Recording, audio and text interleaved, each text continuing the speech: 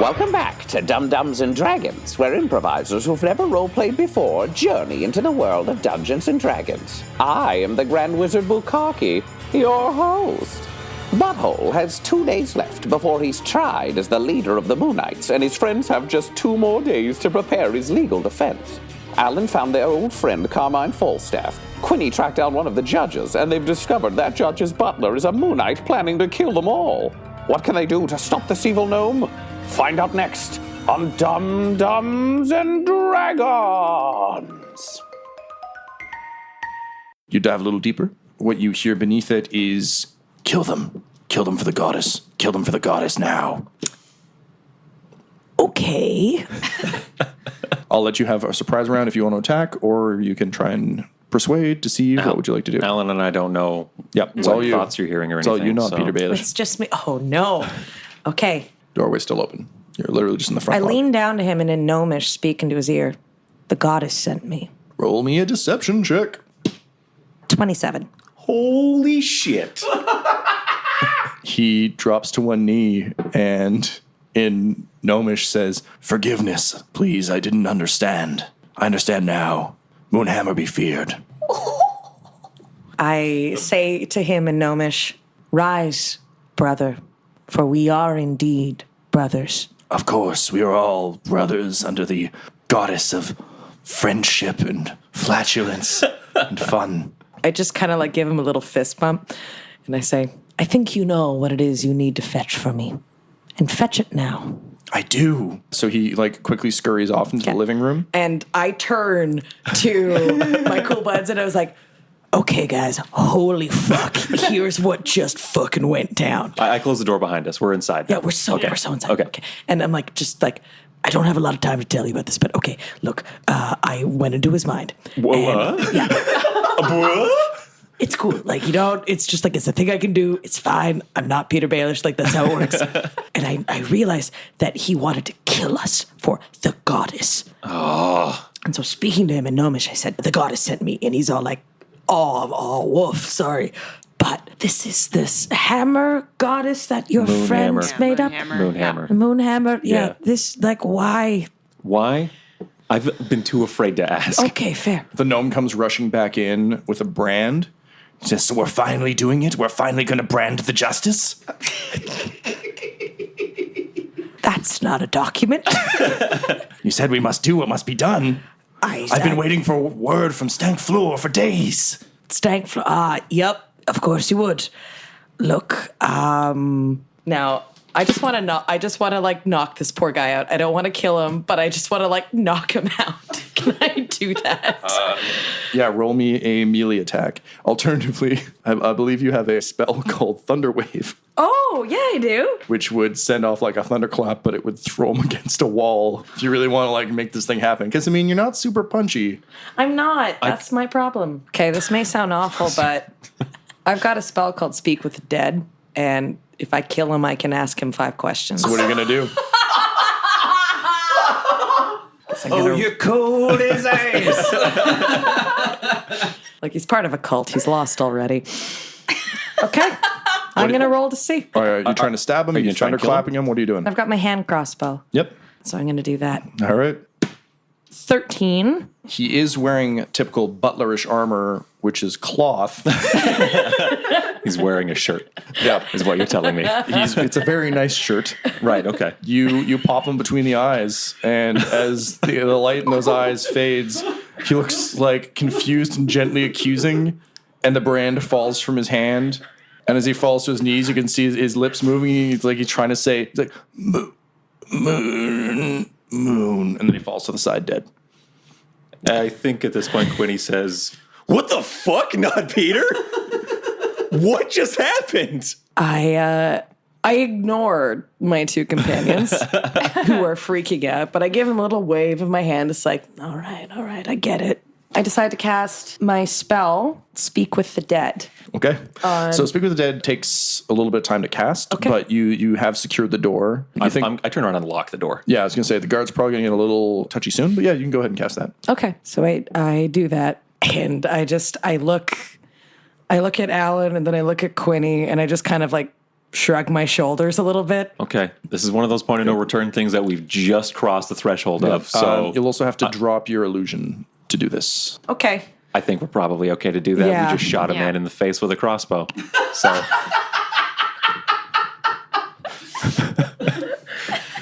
So I dropped the illusion of not only being this other person, but just being a person, frankly.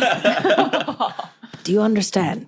If I can pull some kind of connection out of him, then perhaps we can not only save your friend, we can save the city from a corruption that has gone into the hearts of justice. yeah, do what you got to do. I'm taking out my short sword now. I'll watch out for you while you're conducting this spell. Thank you. I'm going with this. I mean, magic is so fucking weird already. Like, might as well happen. Yeah, it's weird. Yeah. Yeah. It's weird. Is this like a is. flatliners thing? Actually, no, I've only seen the trailer for that movie. You mean that Forgotten Realms play? It's based on an earlier play with Kiefer Sutherland. He's coming back for this one. He's a Of famous the actor. Sutherlands. Yep. As you finish the incantation, the room fills with the sound of, that like truly chilling wind sound of like a bunch of dead trees and like, yeah. So the room fills with that. Your skin goes cold. Suddenly the gnome starts twitching on the ground as if pulled up by an invisible thread. It kind of like rises in a weird twitchy sense. And you feel like you have double vision because you're still seeing the body on the ground, but you're also kind of seeing it dance above. And as it comes up, it's just like, Moonhammer, be feared. And then he looks at you and he's like, what? Who? And you can ask your 5 questions. He is enthralled to you. First of all, hi. You shot me. Who are you? Where's Von Strauss? I'm asking the questions You're now, right. and only 5 of them. And I'm sorry, but it had to be this way. You're in the thrall of a cult. Honestly, you were dead on the inside, let's face it. I'm dead on the outside, too. Well, now it matches. The carpets match the drapes. What is the connection of Judge Pemberton and your beloved Moonhammer? Well, there isn't one yet. Stankfluer promised us that we would bring the love and fear of Moonhammer onto the entire city of Neverwinter, starting at the highest. When I saw Von Strauss come in, I assumed the time had come. How deep do the tendrils of this cult run in this town? Every butler who's ever buttled stands with our Lord Stankfluer now. We will bring the people of Neverwinter into the light of Moonhammer. Does he know who the other judges are? If he works for one? I don't know. Yes, like, if you want to ask that. I'd love to ask that question. Thanks. Cool suggest.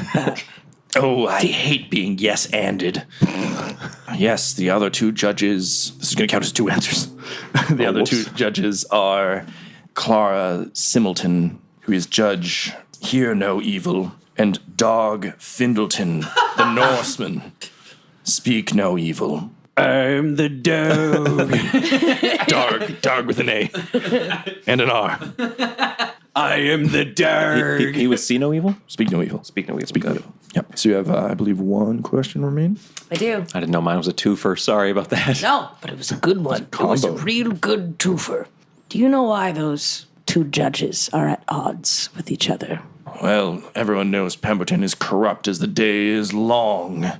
Hear No Evil has no particular love for that. They've long been at odds. Hear No Evil would like nothing more than to see No Evil booted from the council altogether. The ghostly form starts to fade. Just want to say thanks, and I'm sorry, and thanks again. You know, they promised me I would see her when I died, but all I saw was nothing. And he fades away. Well, we all learned something today, didn't we? His blood continues to soak into the floor. I dust my hands off. Let me ask you a question here. The mouth or the opening of my bag of holding, is it stretched wide enough to slip over the shoulders of a gnome? Yeah, I'll allow it. Yeah? All right. I body bag this guy. And I use prestidigitation to clean the carpet Okay. of the blood stain. This never happened. I look at both of you. I take you both by the shoulders and just say, "This never happened. We don't speak of this, but we all know this happened." Yeah, we were. Yeah. Meanwhile, back in jail, Where we will be soon. Butthole. Yevgenovich and I are both playing mental chess, but neither of us knows how the game works or how the board works. So To be fair, it's the most impressive game of mental chess that has ever occurred. You just moved your griffin into super check, which you assure him is the worst kind of check. But what you didn't know is that his 3 layers up board is covered in worms, which is very good for him. oh no, Yevgenovich, you son of a bitch! You He's know. like, I learned from the best. Me, alone in this cell. And I, again, slow clap. There's a lot of clapping in my cell. It's sort of like the Joker in The Dark Knight. Yeah, meanwhile, the two Steves have been like quietly placing bets on who's going to win the chess game. Both of them are learning an awful lot. Yeah, good. That's important. Can you roll me an insight check, please? 24 total. Christ. So pretty as you've been working your way through the documents, you've been really frustrated by the lack of nipples and Yetis. However, that frustration has given you remarkable clarity because you're so focused on finding those things that you've really been poring over them. What you seem to notice is that almost all of it is written in one voice. And it seems like of the 3 magistrates, there's probably one who really cares about seeing justice done.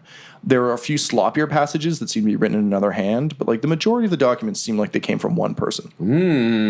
You also notice some odd accents that have been written in that aren't common. Hey, Yevgenovich, you're like a smart, sneaky, handsome, owning it kind of guy. Oh, you're just trying to talk your way out of my worm gambit. You're not wrong. But I do have this other thing that I sort of have noticed for a while that for some reason just came to me in the middle of this game. That happens to the best of us. So I'm imagining you guys might know some stuff about the justices, right? Like some sneaky, ratty, like underground a little stuff. bit there, yeah, a little bit of ratty stuff. We love rats. So, do you know if any of them aren't human? Oh no, I mean, I think they're all human.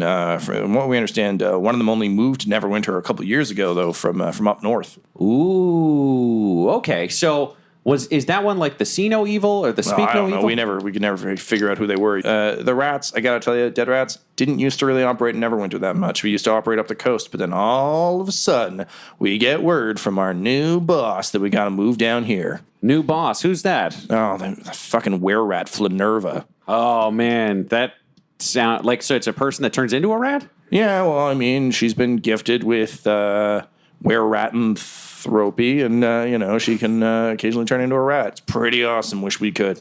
That does sound pretty awesome. Yeah, we love rats. How do you feel about bats? Take them or leave them. They're really like their inferior version of rats. It's like, ooh, you can fly around. Why don't you do the regular work of scurrying like everyone else? You know what? That makes a lot of sense. So while we've been having this conversation, and I just sort of like stock this information for later, I look back at him and say, all right, so I had my time to think. I'm rolling 3 barrels of dynamite onto the second board. All lit, short fuse. Boom. Third board eliminated. He falls to his knees and he says, Zamov's Gambit. Oh, a classic move.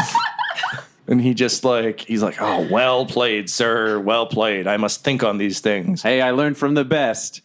You. Oh, and he kind of waggles nakedly back and forth in joy. That seems to be his new jam. And I do the same thing too. Am I in play mail or am I just in like Yeah, you're boxers? still in your play mail. Oh, cool. My armor is like clanks haven't gotten weirdly, naked yet? but it's like rhythmic. Like I do the wave a couple of times from arm to arm, but it's like And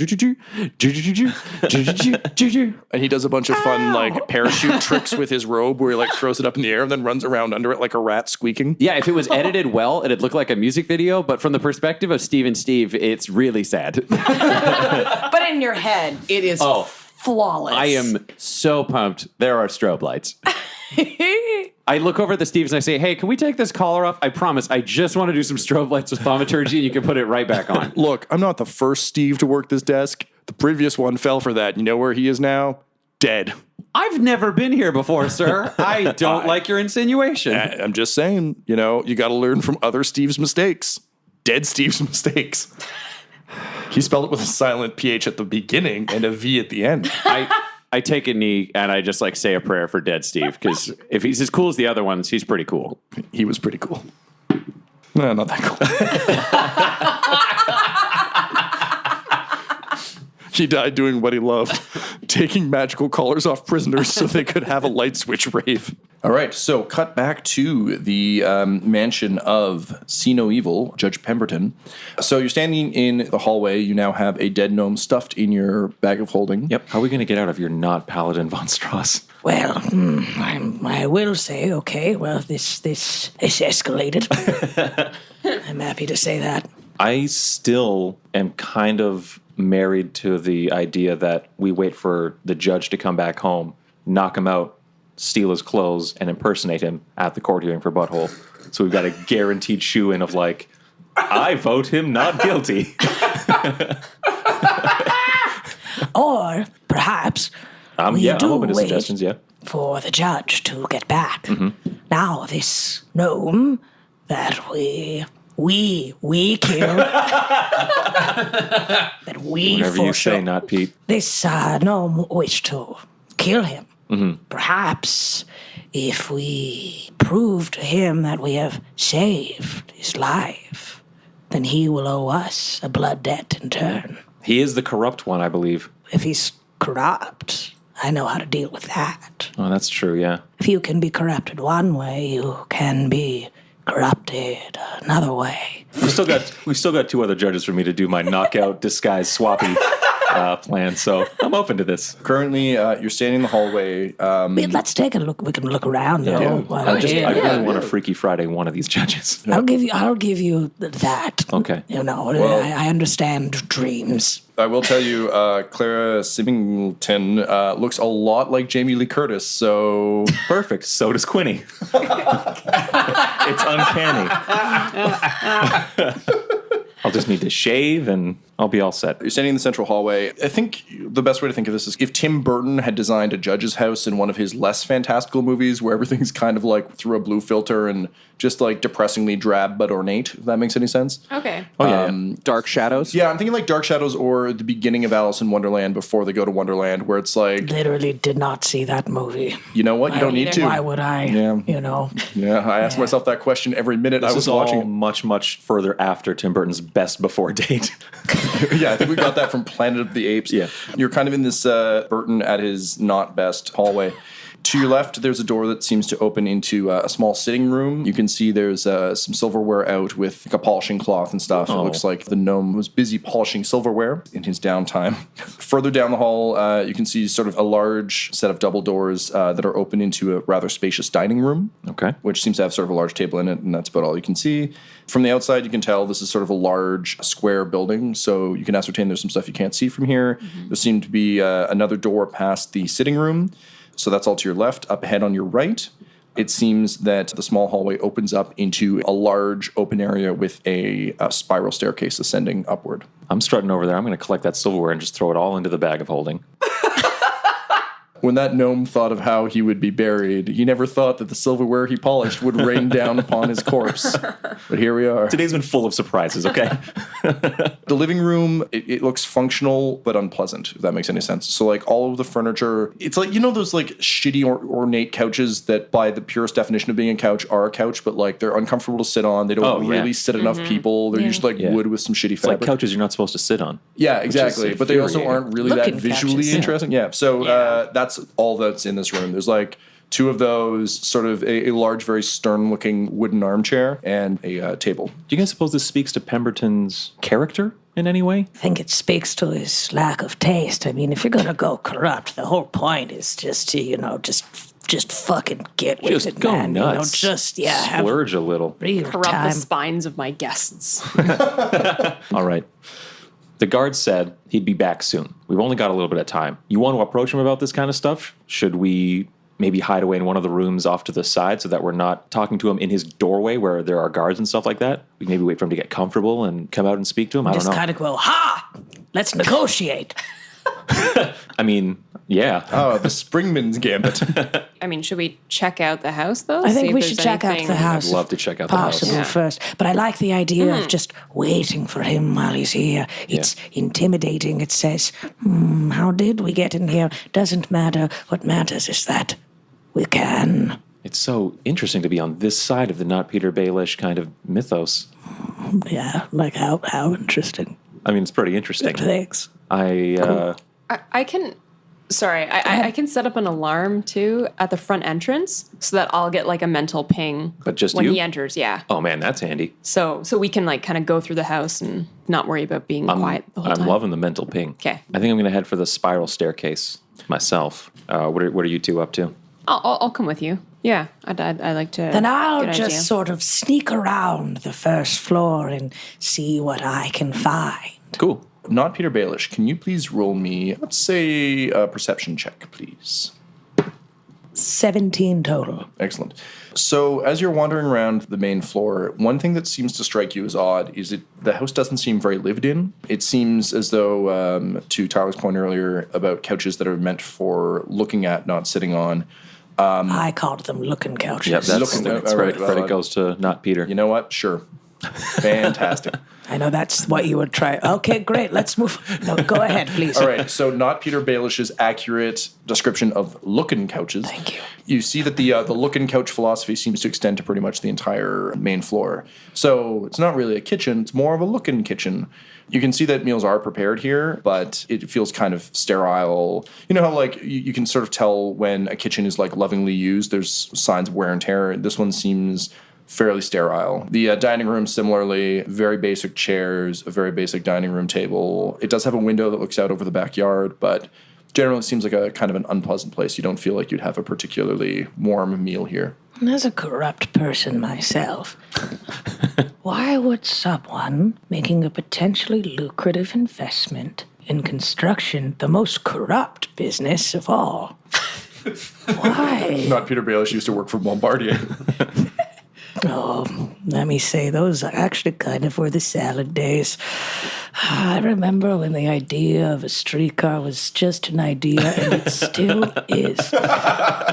But enough about my past that I say out loud to myself. Curiouser and curiouser. Who has the bag of holding? Because the gnome's in there. Quinny That's does. Quinny. All right. I'm going to keep looking around, but then I want to get that gnome back out and ask him some questions. Again? Yeah. Meanwhile, upstairs, you ascend the spiral staircase up to the second floor. The second floor gives off much the same vibe as the first. It seems gently underused. Okay. There seems to be sort of a guest bedroom. Looks like an Airbnb renter who just doesn't give a shit. So it's like literally it's a bed with a tiny table, and that's the extent of it. Okay. You find the gnome's quarters, which the door's locked. The other room seems to just sort of be a general storage space. There's sort of a few boxes and things in there. There's also a sort of where you could tell, just from your basic understanding of where you think the tower is, there is a very large, sort of ornate door on the wall that looks to have a very complicated locking mechanism. I want to go for that door. What do you think? Sure. Yeah? Okay. I mean, there must be something valuable behind it. I think so. Something we could use. I mean, servant staff, they can kind of get around, right? They got to be basically able to serve the master of the house wherever they go, right? I say we take this gnome servant out, pat him down, see if we get a key to this door. Sure. Yeah? All right. He tumbles out of my bag. And a clatter of silverware, yep. I'm like, shit. So you pat him down. I'm picking up spoons. I'm just like from downstairs. You okay up there? I heard a clattering. It's okay! Okay. It's fine. You're doing great. You're doing great, buddy. I like Friends. So it doesn't take too much effort to find on a chain in the pocket of his little butler vest. There is a small key. I'm betting it's going to go to his personal quarters, but let's try it on the big door. Let's do it. The small key does not fit the lock on the big door. All right. Do you want to try the key on his quarters, and I'll get to work on picking Yeah. this lock? Sure, All right. sure, I yeah. also scoop up the corpse back into the bag. Okay, great. Sure. So I'll head over to the gnome's quarters. So you're able to unlock the door without any difficulty with the key. The gnome's quarters are a stark contrast to the rest of the house. It feels a lot plusher, a lot more lived in. The bed is looks actually very comfortable, very plush. It's gnome-sized, which you find like quietly charming. You notice, though, that the butler's quarters are a little more unkempt than elsewhere. It seems he puts most of his attention into keeping the house in order, not so much into keeping his own. I see there are a number of books kind of stacked against the wall, a small table with some writing implements, and a closet full of various butlering garb. Can I do kind of just like a check around? I want to check like under his mattress and like Sure. just kind of look, behind the clothes. Just see if check there's all the anything. suspicious places. Yeah. Okay, why don't you give me a perception? 21 total. So as you rifle through, you can find that there seems to be some like small pouches of gold sewn into the bottom of the mattress. Okay. So just like, small pockets of coins. They seem to be kind of his rainy day fund. Well, he's dead. Yeah. Then you're going to So- share that information with your old pal Quinny, right? And I don't have any gold left because Your I old pal Quinny did isn't get in the room. pickpocketed. That's right. Yeah, exactly. So I'm gonna take the gold. I'm gonna share it with everyone afterwards, though. Okay. I mean, I'm gonna keep 15 for myself. Well, let's see. You might want to keep a bit more. As you, it's one of those things where you've kind of like lifted up the mattress. And you're like, oh, so you cut the first pouch and like a bunch of gold falls out. And then you notice that they're basically lining the entire bottom of the Oh, dang, Alan. the thing. So when all is said and done, you have 250 gold coins. Nice. I really hope he doesn't have a family and it wasn't in his will. Like, give that gold to. You think about the strangest things when you pilfer the property of good dead people. You mean I have a conscience? Well, whatever you want to call it. Yeah, for our Patreon subscribers, we're going to do a cutaway to what happens to the gnome's family. It's Yeah, we've got a whole gnome. going to be like a James Joyce going novel. on. It's going to be a really Yeah. depressing slice of life. Papa, where's Papa? We won't get through the winter without Papa. I always told him his buttling would come back to bite him in this family one day, but he wouldn't listen. Why couldn't he have been a robber like I asked him? Mummy, where are you? Meanwhile, out in the backyard, after she's just heard the news, just slowly climbing a tree and putting a noose around her neck. All right, it'll be a shorter side plot than we thought.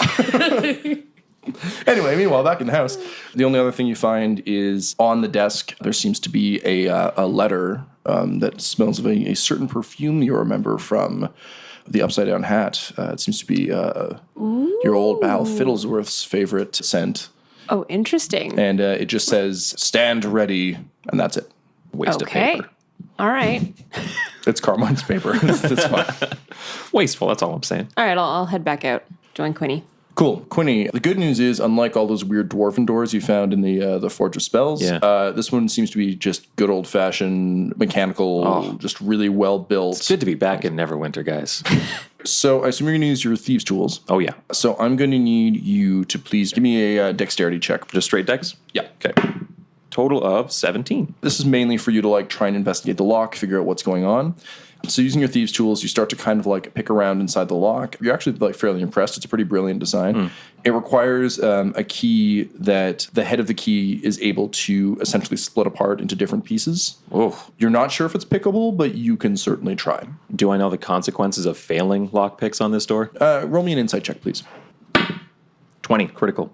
Damn. Based on the security of the place you've seen so far and the way it looks inside, this doesn't seem like a place that has ever actually even considered it might get raided. This looks more like someone who's very private, and this is the kind of person who puts 2 extra bolts on their door, but doesn't ever expect to have to use them. Okay. There's a fence, there's armed guards outside. The gnome butler was very, don't come in here. Yeah. So you get the sense that, it's not, this is getting picked all the time, it's just someone bought a really good lock.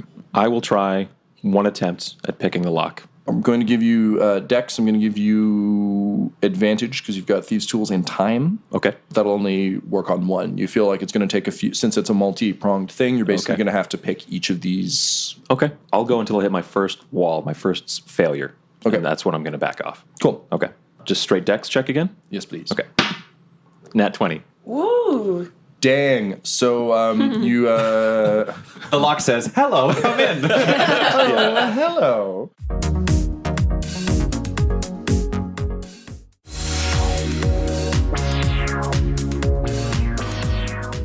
You start to kind of pick your way through. What's pretty exciting, though, about this is even though it's a very complex lock, by virtue of the way you're trying to pick it, the pick kind of snaps, but in doing so runs into 2 of the 3 lock mechanisms. So by trying to pick one, you accidentally broke it and picked 2. Oh, all right. A happy accident. So then 2 down, 1 more to go? Yeah. You saw that, right? No. That's another nat 20. That's 3 in a row. That was a legit roll. I saw Tyler. Every door in the city pops wide open. So similar to bowling a strike, you're just like, I wonder if I could do that again. And the answer was yes. Great. You could. These doors fucking suck. So you I just yell into the empty space of the house. Nice door, stupids. meanwhile at Stupid's Locksmithery down the road, someone's like, hey, do we think about breaking lockpick off one of these? No one would ever think to do that. You crack the door open with remarkable ease, and you realize that along your adventures and picking the few locks you've actually had to pick, you've already picked up a lot of pretty useful stuff. And this one's taught you a lot about complex mechanisms. So I'm going to give you a permanent +1 on lock picking checks due to your double 20s. I'll have to make a note then for that. Thank you so much. Okay. Yes, you will. So the door swings open and it swings inward. Immediately you're hit by a fresh breeze and thank God. sort of like a light scent in the air. It's like one of those like fancy spice smells, like, you know, the Old Spice? biblical spices. Yeah, Old Spice. It smells like Old Spice. Yeah, biblical Old Spice. Biblical Old Spice. But no, it's one of those like very kind of fine scents that you're used to mostly smelling in, like, it seems like the kind of thing that Quinny would think of as like something that royalty would waste money on. Okay. Like it's rich people smell. All right. And that, to me, sort of contrasts with what we've experienced with the rest of the house so far.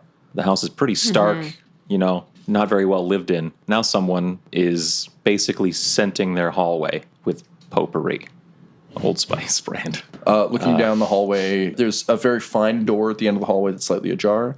And just past it, you can sort of see a dimly lit room. I'm not going in alone. Are you with me now, Alan? Or I'm here. Yeah, here? I came out of the room into the Alan comes hallway out with clinking mysteriously. Yeah. You find anything, Alan? Yeah, I got some gold. We'll split it after. Oh, big mistake. You guys gonna bring not Peter Baelish up with you? I'll kind of lean over the banister if I'm on the second floor and just be like, psst, not Pete. And I look up. I've just been rifling through all sorts of drawers, just fixing my goatee in a reflective surface. You know, just typical sneaky stuff. Yeah. I just imagine you like turning the gas on the stove on and off over and over again. Just like, still works? Still. Well, I find the clicking sound soothing. It worked 4 times, but will it work? It did. Can the same be said of 6? Only you understand me, Pilot Light. Not Pilot Light. Hey, not Pete. We got Yes. the door to the tower open. You want to come with? There's a light at the end of the hall. And it smells really good. Oh, okay. Like, describe good. Is it like fresh baked cookies kind of good, or is it like Aged spice. my favorite kind of spice? Yeah. I bound up the stairs with an enthusiasm usually only reserved for children. Can you roll me a dexterity save, please? I deserve this. Oh shit. 11. So you're bounding up the spiral staircase full of glee, but if Tommy Wiseau's The Room has taught us anything, spiral staircases can be a very dangerous place. So with That was my main takeaway from mine too. I think that's what it's all about. So you trip right at the top, and you're going like full like teeth for that top step. When at the last minute you think not only of your teeth, but also of how perfect your goatee looks right now because you've been shaping it. So fucking good. So you at the last possible minute, you just tuck and you take the hit to your shoulder, which hurts but doesn't ruin the goatee. And then as an afterthought, you're like, oh, and I saved my teeth. Did it look cool when I rolled? I just say under my breath, so fucking cool. I stand up and brush myself off, and I go to touch my goatee, but think it's perfect as it is. That's the only trap in the entire house is just a hard to navigate staircase if you run. My one weakness, circles. Okay, so you're all together, I assume, looking down the scented hallway. Yeah. Great. I'm ready to go. We're all partied up. Awesome. Pressing onward. So come up to the door. You can't hear anything past it. You open the door into the most, it's fairly small, but it's one of the most overcrowded libraries you've ever seen. It looks to just be one room, and it's just packed with books, and you feel gently claustrophobic. The shelves just seem to be too deep, and it seems smaller than it should be. All right. If I open that door, I immediately step to the side and I gesture like, Alan, you take the lead on this. Yeah. Yeah, and I go right in, and I'm going to look for spell books. You've got an eye for anything. Like I don't even have a library card. Yeah. So can I do a check for kind of books or areas of the library that I think would be kind of useful for that? I'm going to get you to roll me an investigation check. Sure. 12 total. There are a ton of books in here. I'm going to say if there's something specific you want to look for, you can roll that separately, just in terms of as a general glance over, a la Belle in Beauty and the Beast, being like, a giant library. The thing you notice, again, in stark contrast to the rest of the house, is generally speaking, the books look very, very well read. There's a lot of very old tomes, certainly a lot of law books, treatises on various laws from around the realms. You get the sense that regardless of his moral compass, Pemberton seems to be very, very invested in sort of the history of law and the development of law. Okay. There's a variety of books of other sorts. You see Little Pim Pim's treatise on the art of war. It looks like it's read to like the first third, you know. He didn't necessarily get to the Bee Hilt chapter. Right. Maybe you read about the friendship, though. So what specifically do you want to look for? I'll look first to see if there are any magic books, anything especially like magic and law crossover. Do you want to do an Arcana check for that? Yeah, that makes sense. 20 total. You kind of reach out the Force style to kind of see books about magic aren't necessarily inherently magical, but your experience has been a lot of them sort of contain almost trace elements, particularly for people who study it very closely. And you can actually locate there are a few. In terms of books on magic and law, there are a couple that deal with the use of... So the use and governance of magic and law, but they're really boring. Okay. And just kind of like you recognize a couple from having basically been handed them at the temple with someone saying, this is the kind of bullshit that humans talk about when they think about magic. However, there is one book that is giving off like almost a pulse. Ooh. So you go over to it, and it's a very, very worn book. Like, you know when leather turns hard? Like it's that. Looks like it's kind of pieced together. It's been repaired a number of times. Well, I take it and I open it up. Written in extraordinarily exquisite handwriting on the first page, and it kind of like, it's a white page, and then the ink just sort of like appears and then disappears after you've had a chance to read it. Whoa. It says, Dearest reader, you have stumbled upon the ancient magical tome of me, Bowgentle the Wizard. Yes. Okay. We know that guy, sort of. Wait, who's Bowgentle? You vaguely remember that this was the spell book that Sister Garail had you looking for that had been lost to the Order for some time after being traded away by Agatha the Banshee quite some time ago. Okay, well, that does not belong to this judge. So I think it belongs to Alan now. It absolutely you can throw it into the belongs bag to of me. holding. We can take a bunch I'm of going books to out put of it here. in my backpack. Okay. No, I'm not. You're right. That was a good instinct. I'm also just going to clear the air and say I can hold a lot of books with a bag of holding, but smart. So yeah, you're getting better. That's good. And Alan, do you want to take a look for anything that seems out of place? Yeah, I'll see if there's anything unusual. Maybe it doesn't belong in this library. What am I checking for? Natural one. That one. Natural one. You were so fucking excited about that book, and I mean, it almost makes up for the lack of the comb that Jakob ran away with. So that's pretty rad. So, not Pete as a spy master,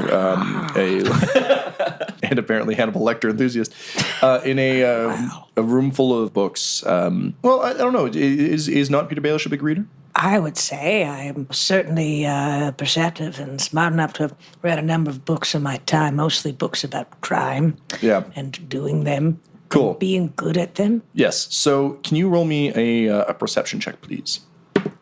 22 total. But that's a natural 20, so that means that you critically succeed the best way you could roll. You are your best self today. I just like, again, I just like put my fingers slightly above my goatee because it feels like, but just be like, thank you. So as you do so, you feel your goatee twitch a little bit, and you've learned over many years of thieving and criminal enterprise. Your goatee has a pretty good sense of things. As your goatee twitches, you just kind of allow your head to move with it, and you just kind of switch into almost like passive soft focus and just kind of take the room in. And it strikes you that this room feels too small by quite some. And you look at these books and you're like, I'm sure this man reads a lot. But as someone who reads a lot, you're also someone who has secrets. And where would you keep those secrets? Surely not out in the open. My secrets detector is detecting secrets. That's your goatee. That's her go-to. It's my... I don't say that out loud, but I totally think it. This room, seemingly a bit too small, and even behind a locked door and the sweet, sweet sense of fine richery, certainly I wouldn't keep what I want right here in the library. Certainly there's something more going on here. You think there's more to this room? I critically succeed, believe there is. All right, so like a hidden passage, maybe, or something that the naked eye can't see, maybe? It's very possible. Can I have a look around for the old book lever? Sure, yep. What am I checking? What am I going to add to that? I'll give you this as an insight, I think. Insight, so that gives me a total of 14. Sort of giving it a quick once over. The judge seems like he invests a lot in find things to lock stuff in and guard stuff with, but also isn't concerned that anyone's going to find things. So you're actually pretty easily able to find the old book lever because sweet, okay. like a lot of the books are really well read, and then there's like a small section on ethics that is completely shiny and untouched. Like Got it, none okay. of these books have ever. Okay. So That's probably why I didn't notice them either. So you give it a flick, and one of the bookshelves sort of clicks and swings out, and there seems to be a very thin staircase leading up. I'm going up the staircase. Do not bound up it. Oh, yeah, okay. I slink up the Hold stairs. the handle carefully. You slink up the staircase into an absolutely beautiful, ornate bedroom. There's a tremendously large, very plush bed. Think like it's sort of got the bed tent over it, like Ebenezer Scrooge had. So yeah. like big hand-carved pillars, like silk, everything. It's easily one of the fanciest beds you've ever seen. The air is thick with that spice smell. You can see there's a sort of a writing desk with a couple legal tomes on it in one corner. There seems to be a round table with two sort of very plush, comfortable chairs with some eating utensils on it. It looks like a finished meal.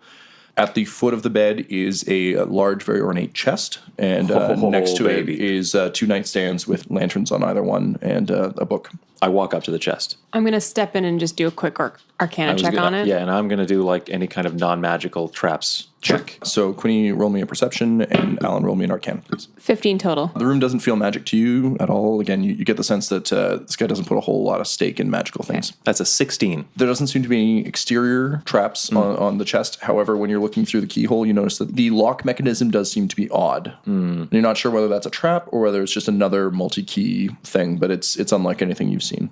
Not even like what the door had. It looks different than the door. Like if you're looking with the eye of someone who's looked into a bunch of lock mechanisms, there's just a couple of oddities on this one. All right, well, I mean, let's flex that +1 to lockpick bonus I just got. May I suggest? Yeah. Perhaps the only person who would know what's going on is that dead gnome. Yeah, oh yeah. I'm Perhaps we can pull him out and ask him some Yeah, questions. I open up the bag, reach in, find an ankle, pull, and he's kind of hanging upside down, and just I roll his carcass out onto the floor. His carcass. You people are monsters. Oh, yeah, go ahead. You can keep doing this to the same dead person, though? Yeah, that's handy. within the hour, I think past an hour, they're... Okay. We just confirm that. They're just dead? Because otherwise I just talkative. would have like carried his corpse around and just asked it. What are you Just AMA it. Like, What do you think the clouds think when they look at us? oh God, please let me die. Not Peter Baelish does the world's worst talk show. It's just like people shoveling corpses up to the stage. He keeps asking questions for an hour, I guess. So who are you wearing? Interesting. Who hurt you? You did. You shot me. Oh, right. That was One hot minute after another, wasn't it? Honestly, it's still a better advice show than Dr. Phil. The show scores really well with women between the ages of 35 and 45. Like just the housewife market, the 2 p.m. slot on Wednesdays. Yep. They're as dead as I feel. That's the tagline. You can actually talk to a corpse that's been dead for up to 10 days. Oh, wow. All right, well. So keep them in the bag. The only catch is it has to still have a mouth, and it can't be undead. There you go. Clean shot to the head, he's fine. We should put him in a bag that goes in the bag. Oh, just so he doesn't like Start bleed out on the decomposing? silverware and stuff? You know. Right now you have a gnome full of forks in your bag. Yeah, I was going to say, if you had put the spellbook in, just you would have pulled it out, it would have been soaked through with gnome blood. Oh, God, okay. Okay. How do you clean a bag of holding? You just climb in there and scrub. All right, yeah. Yeah, you hire a maid, put the maid in the bag of holding. She gets 10 minutes of oxygen. Yeah. Okay, It's a living. carry on. Okay. So I cast Speak with the Dead over Gnome. As before, you hear sort of that horrible chill wind of air blowing through dead trees, and Don't worry, like the rich spices will cover the smell. Still smells great. yes, still smells fantastic. Although a little overpowering, like walking into a Hollister. Just like this is a lot. You get the goosebumps and everything else, and then the corpse twitches and get that horrible double vision again as its body seems to like rise up above it, and it's like, again. Oh, yes. And maybe many times more. I don't know. You don't know. Fuck. What is in this chest? He manages to pull off a tremendous amount of sass for a dead butler. Well, what's he got to lose? Exactly. He rolls his eyes and says, please, you think the judge would tell me? I just drop the meals off at his door and be done with it. Do you know anything at all about this room? I've never been in it. He never allows anyone into his private chambers. I kind of move, like I want to ask a question, his family, and then I just kind of step back. I think better of it. Like, I don't want to know. Oh, so you wanted to ask him about his family. You're like, Yeah. I'd be better off not knowing Yeah. this. Nice. I kind of just sort of look at him and I'm like, and I look at Quinny and I'm like, If you don't clean this room, who does? He keeps it clean himself. The judge is very concerned about personal order. All right, well, I kind of blew that one. Sorry. You know what? I respected the question. It was fine. Don't hate the player, hate the game. We've got we've got two more. Put him back in the bag and save him for later. Yeah, don't ask that fifth question now. You got 2 more questions. Just store them up. For Keep him in horrible, horrifying limbo. Well, I mean, we could. I will point out that the spell requires tremendous concentration, so shit. you have to be thinking about the dead gnome constantly to keep him in that bag. okay. Think of all the goatee time you'd waste. Say, as an audience member right now, that's all I'm thinking about. I could ask more, but I'd just be grasping at straws. Do you guys have any ideas? 2 questions left we have? You brought me back for this? Should we What's ask? your deal, man? I don't ask that question. Should we ask him about Fiddlesworth? Because we did find a letter. I did find a letter from yes. Fiddlesworth. It just said stand ready. Oh, that's a great idea. I'm trying to think of the best way to ask this to get the most information. You ask like open-ended questions. I mean, yeah, no, I mean, I'm about to answer as the DM, so I'll just stop talking now.